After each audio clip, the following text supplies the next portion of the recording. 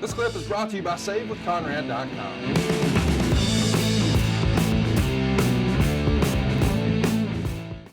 Well, as we know, February 10th, 2003, Staples Center, Los Angeles for Raw. Austin makes a surprise return.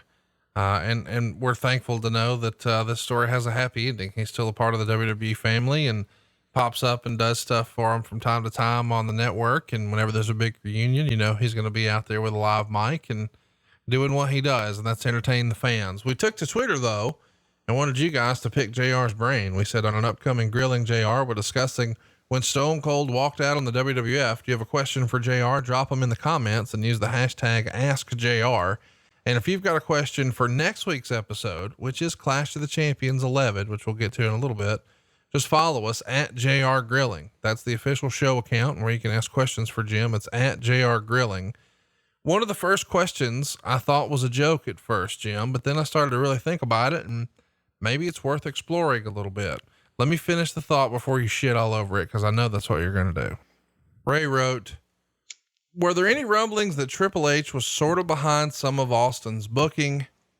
To be correct, I don't believe Triple H was responsible. So he's sort of asking tongue in cheek. And at first I sort of laughed and thought, boy, people just hate Triple H for no reason. But then I started to really think, well, it is worth mentioning. China leaves the company in 2001, around that same time as when Triple H goes down with a big injury. He comes back for the big renewed push in 2002, wins the Rumble, main events, the WrestleMania spot that Austin rightfully felt was his. And then the very next month he loses that world title to Hulk Hogan. So it does feel like Vince maybe going with Triple H perhaps did move Austin from a spot that he felt was his own. And we would be remiss if we didn't at least address that in this era, Triple H is now the new quote unquote favorite son because he's dating Stephanie, and Stephanie is a power player backstage in this era too. Was there any sort of, as far as you know, different emotion from Austin about the way Triple H was being pushed and him feeling like perhaps that was his spot? Well, I think a lot of guys felt there's a similar philosophy or feeling that Triple H is taking advantage of his dating the boss's daughter as the reason that he was getting a great push. Push, goddammit, Conrad. You know how many people I signed books for that want me to put on there something about a push? Sure, everybody. We made push famous somehow, however, but nonetheless, I can't buy into that. I can't buy into the fact that, I'm buying into the fact he was dating the boss's daughter. Right. And you know, so be it. I used to tell Joni that, Joni, I can't legislate who somebody dates. He doesn't want to be with you anymore. And then she'd start crying. Sound like Fred Gwynn on the Munsters. God bless her. She was so distraught. And another goddamn element to deal with is intelligent relations. I just don't think he would do that. I think that he wanted to be the top guy, but if he didn't want to be the top guy, then something's wrong with Triple H. If, you know, anybody on the roster, if you're not there to be the top guy, then why the fuck are you here? Are you going to be content with your lot in life because that's where you perceive that this is as high as you can go, so I'm not going to work any harder? He worked very hard to get better. He was an excellent babyface. He's a better heel. And I think in today's climate where he's such an influential player in WWE, people look at that, they take today's rules of being a power broker and they put it into yesterday's storyline. And I'm just telling you, he did not have even an iota of the stroke then that he obviously he had subsequently, and especially today. So I don't go for that one. I know it's convenient, and Triple H and Vince are, they're very polarizing figures, as we both know. But I don't think Triple H would do that because I just don't believe that he's that kind of guy. I know he's a businessman. I know he's hard-edged. He's learned that from Vince. All power brokers, all head honchos in pro wrestling that I've ever worked for in 40 plus years have been strong-handed. Every one of them, no different. Every one of them. But to be that counterproductive for the company that's paying you great money, because Triple H I signed him to $1 million deal, and sitting on an amble case, as I told this story, in Evansville, Indiana, of all places.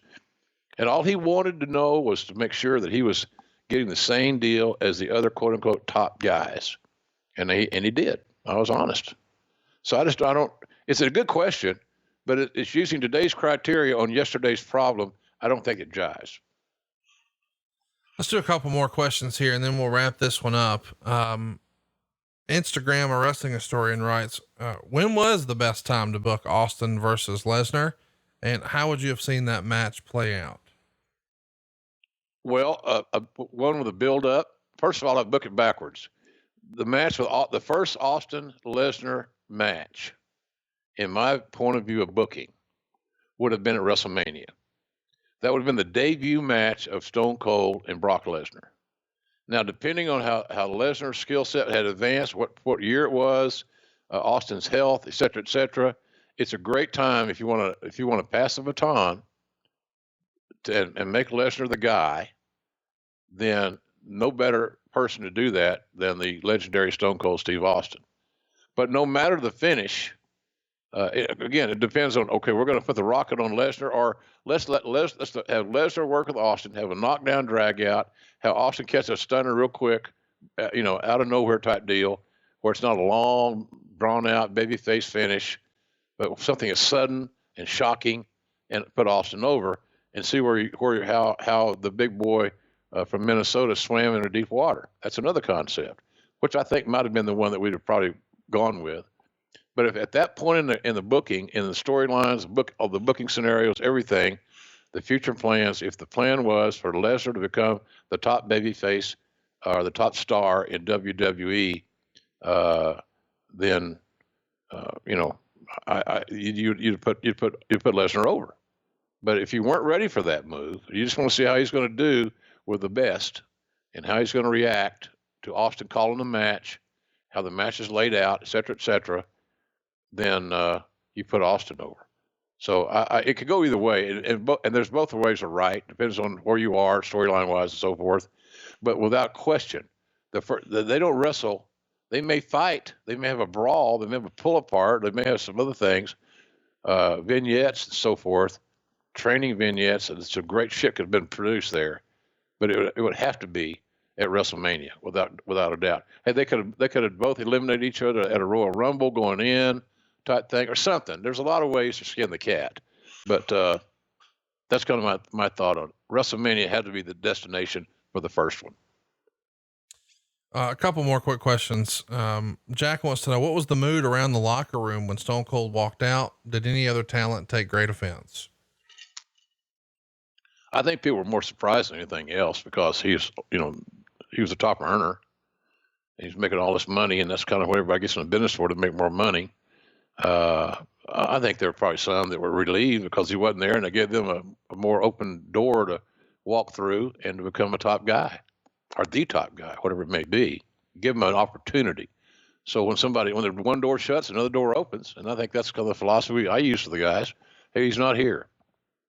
Don't know if he's ever coming back, because at that time it didn't. I was always honest with the talent, but he's not here. You're here. It's your turn. And now is the time for you to maximize your minutes. That's kind of my patent deal, my pat answer, because I thought it was true. And a lot of, but here's the deal.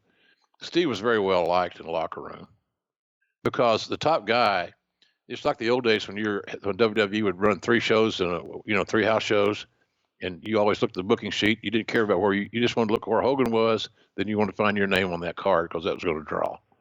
And Austin was the guy that was helping make a lot of people money, big money.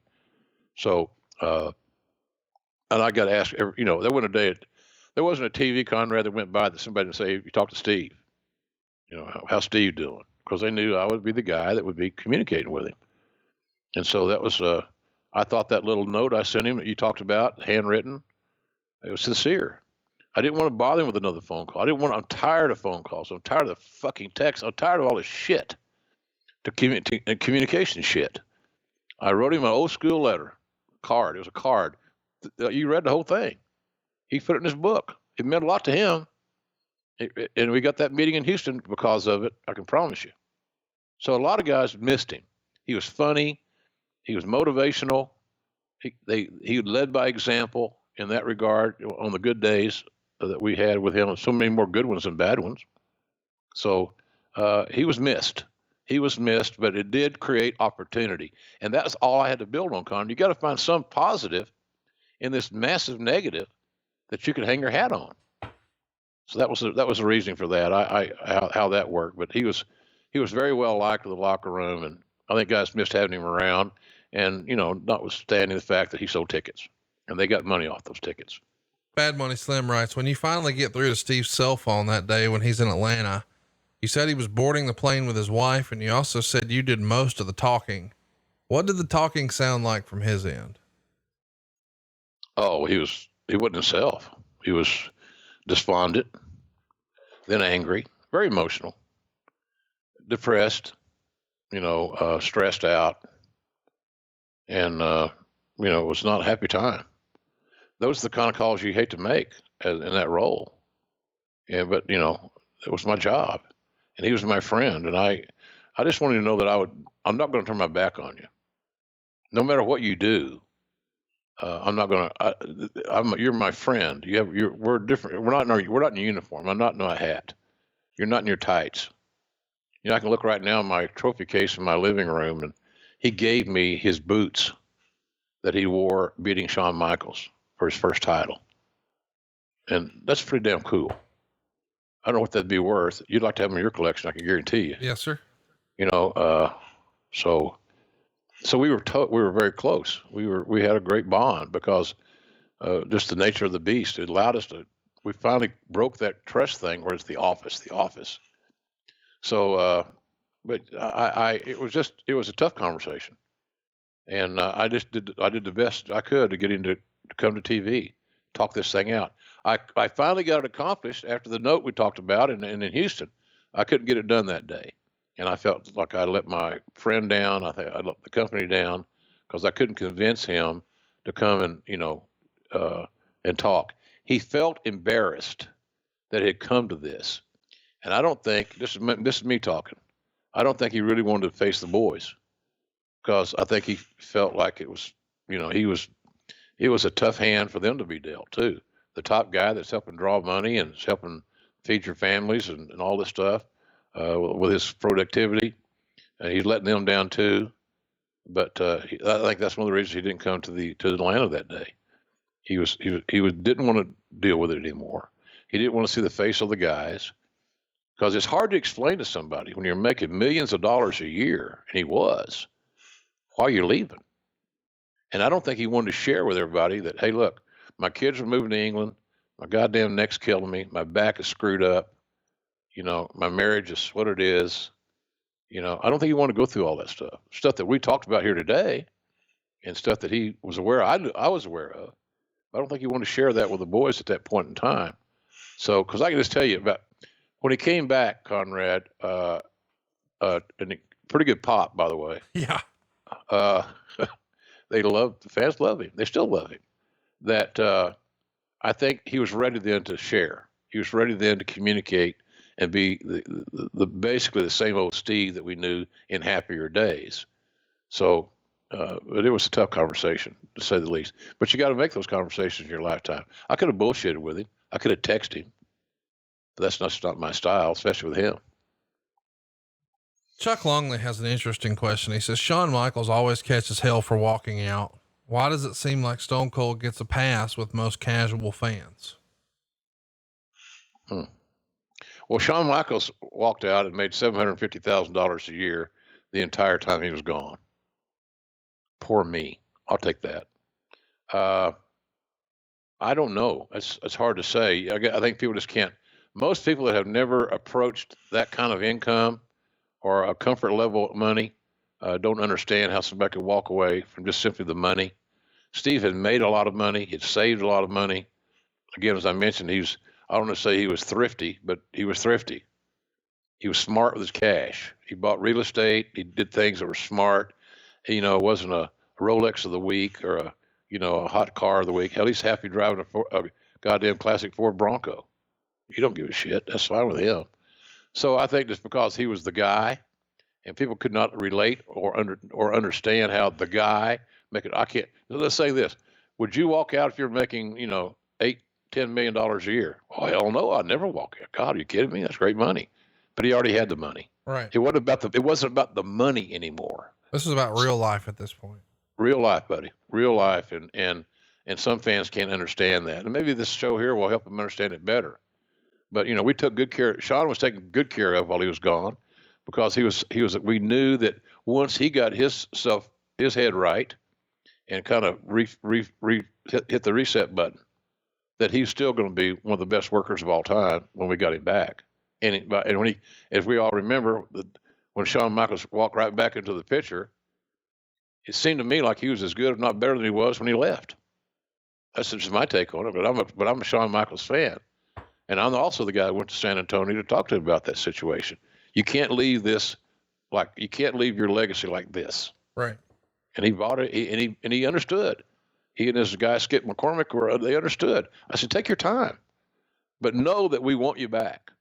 And know that I would like to have you back to talk to young talents and be in the locker room and have a presence around the guys, because you're much like a generation grew up idolizing the Nate. There was another generation that grew up idolizing Shawn Michaels. He was influential. So I think it's an unfair.